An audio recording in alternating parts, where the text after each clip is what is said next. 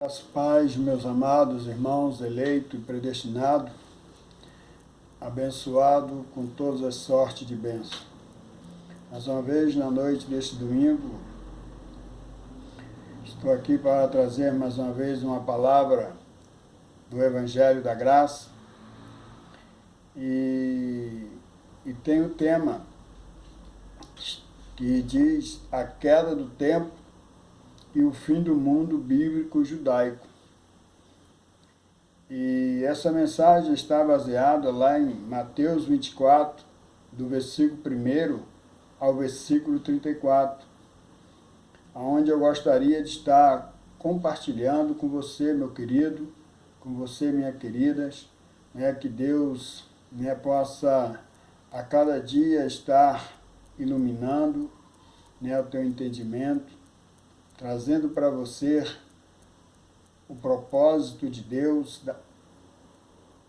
que através dessa mensagem possa mostrar para você que o Cristo, que é a qual a igreja tem anunciado que viria, que está à porta, que breve vem, esse Cristo já voltou.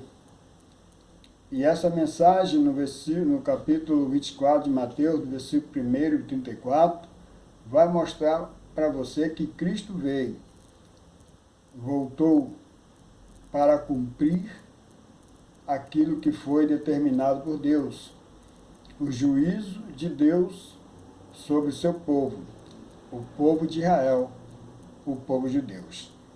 Então, meu querido e minhas queridas irmãs, antes de eu entrar na mensagem da Palavra de Deus, eu gostaria de agradecer você que se inscreveu aí no meu canal. Eu peço você que ainda não se inscreveu, se inscreva, continua dando like, faça o seu comentário, para que nós a cada dia possamos estar respondendo a você, tirando as suas dúvidas. Então, eu gostaria agora que você lesse comigo em Mateus 24, do versículo 1 até o versículo 34, para que você possa compreender o texto e o contexto dessa mensagem, que diz assim, no versículo 1 do capítulo 24 de Mateus, que diz assim: E quando Jesus saía do templo, se achegaram seus discípulos para lhe mostrarem os edifícios do templo. Jesus, porém, lhe disse: Vede tudo isto? Em verdade vos digo que não será deixada aqui pedra sobre pedra, que não seja derribada. Aqui Cristo já estava profetizando esse grande acontecimento que viria no futuro, naquele grande dia, depois da grande tribulação, que viria a queda desse templo para cumprir o juízo de Deus, para finalizar o fim do mundo bíblico judaico. Então, o tempo para eles era o símbolo político e religioso daquela época. O templo era o símbolo da lei judaica. Na queda desse templo, acabaria o sacerdote, acabaria os levitas, acabaria todo aquele trabalho, aquela liturgia consagrada, No fim do tempo judaico, acabaria tudo isso, e aí sim a graça de Deus reinaria sobre toda a humanidade. Então, meus queridos, dando continuidade no versículo 3, estando assentado no Monte das Oliveiras, chegaram-se a ele os seus discípulos, e em particular dizendo: Dize-nos quando acontecerão estas coisas, e que sinais haverá da tua vinda. Aqui os discípulos, quando eles saíram lá do templo, e quando Cristo explicou a eles Eles foram para o Monte das Oliveiras. Chegando ali, os discípulos interrogaram a Jesus a respeito de quando isso aconteceria, quando o templo ia ser derribado e quando haveria, né, a sua volta e o fim do mundo daquela época. Então, meus queridos, Jesus respondeu eles nesse versículo 24 em diante. Eu gostaria muito que você frisasse na resposta de Jesus e na conclusão de Jesus, para que você possa entender que Cristo já voltou. Porque a igreja evangélica, ou quer dizer, entre aspas, igreja evangélica, tem anunciado há décadas, há séculos, que Cristo voltaria. E não é verdade, Cristo já voltou. Voltou sim para os judeus, voltou sim para o povo de Israel, voltou sim para cumprir o juízo de Deus sobre aquele povo, sobre aquela era, que culminou com a queda do templo. Com a queda do templo acabaria o sacerdócio, acabaria os levitas, acabaria todo aquele ritual judaico da lei. Então, daquele tempo para cá, a graça, né, deveria estar reinando, né, nas nossas vidas, como está reinando na nossa vida, porque hoje nós vivemos na graça. Por isso o apóstolo Paulo falou, né, que nós, né, a salvação viria pela graça.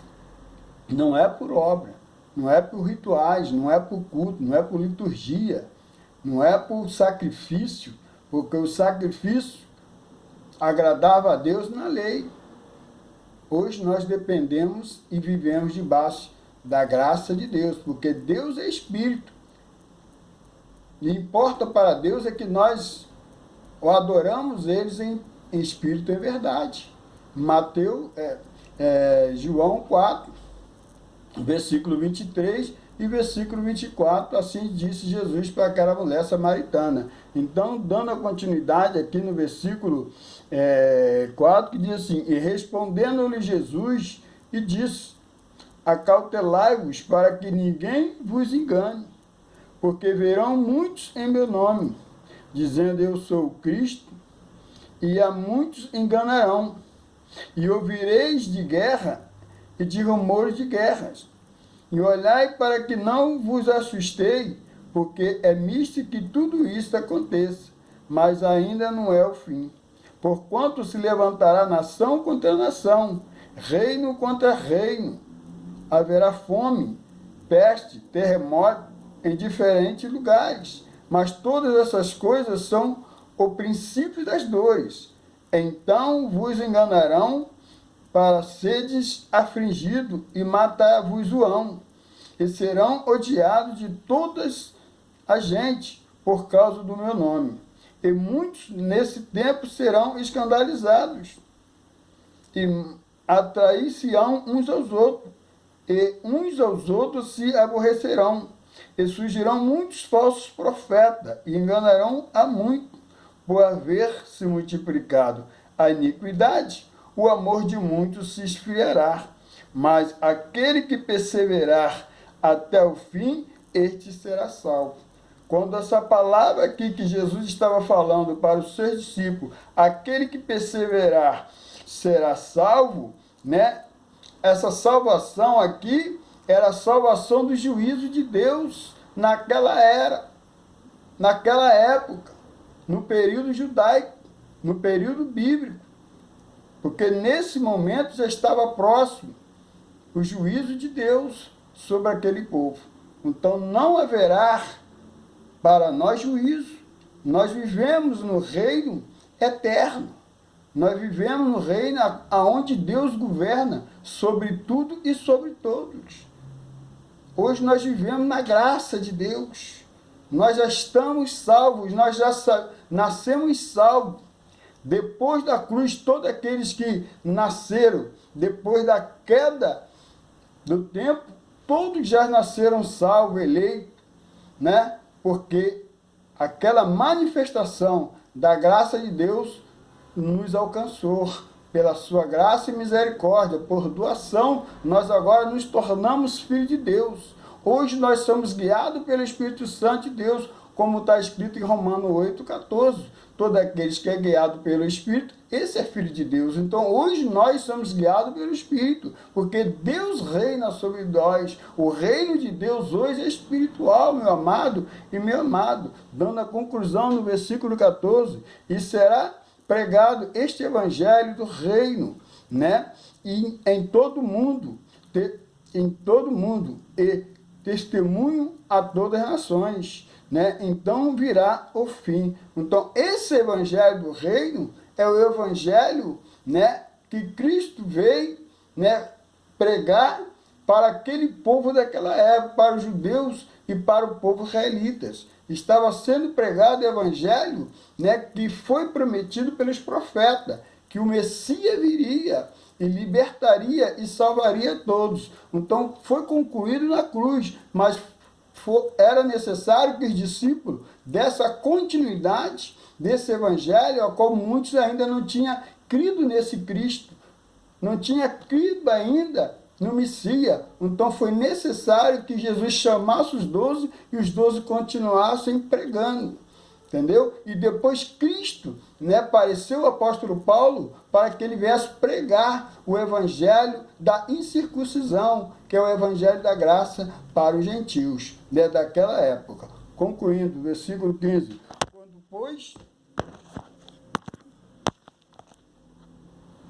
Quando, pois, vide que a abominação da desolação, que foi predita pelos profetas Daniel, estivesse no lugar santo. Quem lê, quem entenda. Então, os que estiverem na Judéia, fujam para os montes, e quem estiver sobre o telhado, não desça a tirar alguma coisa de sua casa. E quem estiver no campo, não volte atrás para buscar as suas vestes. Mas ai das grávidas e das que amamentam naqueles dias.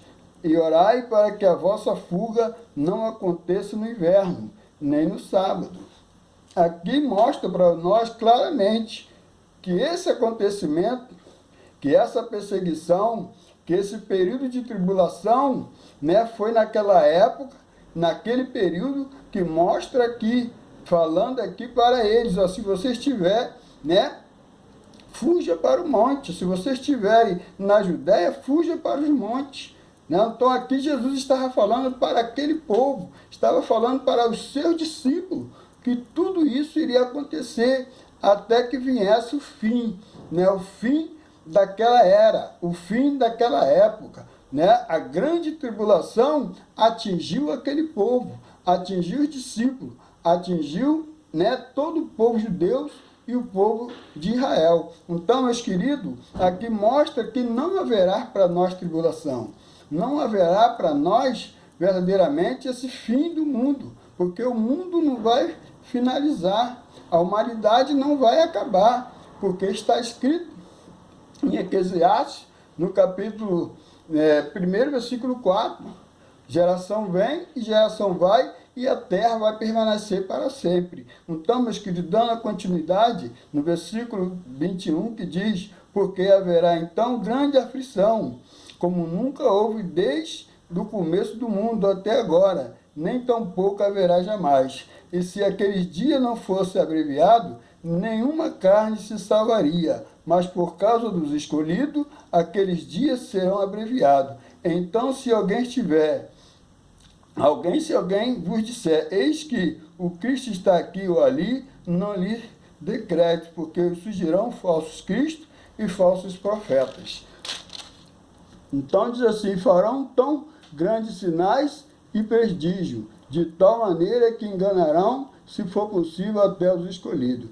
Eis que eu vos tenho pedido, né? Portanto, se vos disserem, eis que ele está no deserto, não saiam, ou eis que eles disserem no interior da casa, não acreditei, porque assim como o relâmpago sai do oriente se mostra até o ocidente, assim será também a vinda do Filho do Homem, porque em qualquer lugar que estiver o cadáver, ali se ajuntarão as águias. E logo depois da aflição daqueles dias, o sol escurecerá e a lua não dará sua luz, e as estrelas cairão dos céus, e as potências do céu serão abaladas. Então aparecerão do céu sinais do Filho do Homem, e então todas as tribos da terra se lamentarão, e verão o Filho do Homem, e que virá sobre as nuvens do céu, com poder e grande glória. Quando ele fala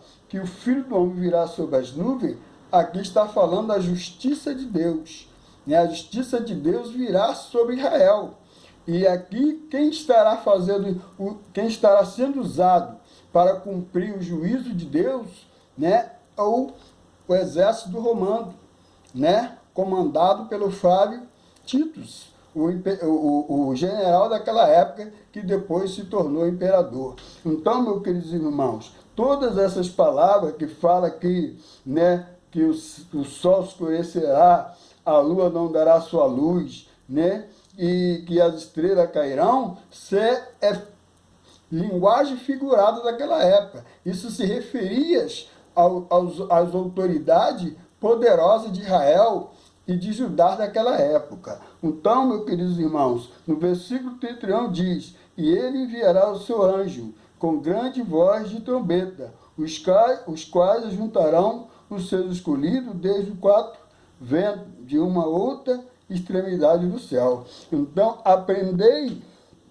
pois, a parábola, no versículo 32, a parábola da figueira, que diz: quando já o seu ramo se torna tenro e as folhas brotam, sabei que verão está próximo. Assim também vós, quando vide todas essas coisas acontecer, sabei que ele está próximo e está às portas. E no versículo 34, que é importante você frisar, que diz: em verdade vos digo que não passará esta geração até que tudo isso aconteça. Então, tudo isso aconteceu nessa geração, daquela época, naquele período dos anos 70, no primeiro século. Então, a vinda de Cristo se concretizou ali, naquele período, daquela época, nos anos 70, e com a queda do templo, a qual Jesus tinha profetizado e falado lá no versículo 1 do capítulo 24 de Mateus. Então, meus queridos e minhas queridas, Cristo já voltou. Esse Cristo que está sendo anunciado nos templos evangélicos, no sistema religioso, está empurrando a palavra profética que já concretizou naquele período, naquela época, no primeiro século, foi trazida para nós hoje. Esse mundo bíblico foi trazido para nós hoje pela Igreja Romana. Então, eles trouxeram o mundo bíblico,